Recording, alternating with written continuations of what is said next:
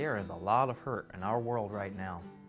Some of us may be wondering whether God's concerned with all the pain in our lives. Then we hear about the miracles Jesus performed to make the lame walk, the blind see, and the deaf hear. When will that kind of healing take place in our lives? I wish I had a clear answer. Our hope is that Christ will come again to heal this broken world once and for all. The suffering we experience in this life is nothing compared to the glory of the future we are promised in the new creation. Until then, what do we do? Perhaps we start with a Band-Aid. We all deal with pain in one form or another. Sometimes it's physical, emotional, mental, or spiritual. The Christian church has historically been a place where people find healing. Unfortunately, it's also been a place where some people find more hurting. One of the many titles for Jesus is the Great Physician. Jesus not only has the power, but also the desire to heal us. Sometimes churches go through times when we get to help each other experience the healing power of Jesus. One way this happens is when we shift the culture. Our society is plagued with toxic division. It may be tempting to allow that level of divisiveness into our church family. The way we experience healing in churches begins when we commit to shift away from toxic divisiveness towards gracious humility. When we face interpersonal issues in families, businesses, or churches, it can be difficult to navigate.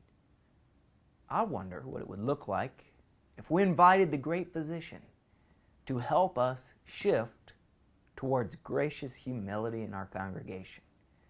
The Band-Aid is a helpful illustration of how simple practices can help heal the little grievances we encounter in our relationships. Band-Aids are not permanent solutions to complex problems. Instead, they're temporary solutions to minor issues. Minor cuts and scrapes do not require surgery unless they get infected. Little grievances do not require much attention unless they fester. We're going to be reading about Jesus in the Gospel of Luke at Thalia every Sunday on the way to Easter. In Luke, Jesus invites diverse people to follow him in his mission to heal God's children. I'd like to invite you to follow along to help our congregation carry the message of healing to a broken world. We can start by reflecting on our own lives and admitting that we all make mistakes sometimes. None of us are perfect. There are times when we say or do things that hurt people unintentionally. This fits the historical themes of Lent: humility, confession, repentance, and forgiveness. Then, as we collectively admit that we all fall short sometimes, we create space in our relationships to acknowledge the pain. Gracious humility. It's much easier to hear when we've wronged someone else if we take time to reflect and acknowledge the impact of our words and actions. By shifting towards a culture of gracious humility, we discover the profound beauty of living in a community where people feel respected and loved.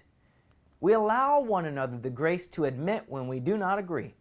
We empower each other to address issues and conflicts as they arise instead of after they begin to fester. We speak the truth in love out of deep wells of gratitude and humility because of the mercy we receive from God. Can you imagine what our community may look like when we model this kind of gracious humility in our church? It may sound overwhelming. Thank God we are not alone. Our healer is faithful to supply our every need as we seek to do his will in the world. My name is Joe Varner, and I'm glad I get to be the pastor of Thalia United Methodist Church. Thank you for spending this time with me today to talk about gracious humility and how it can help bring healing into our personal lives and to our life as a church. If this video was helpful for you, please feel free to like, comment, and share. If you've got some questions, we're happy to get back to you. If there's someone on your mind that could use this video or this time we spent together, think about sharing it with them. You might be an answer to their prayer. I'll see you next time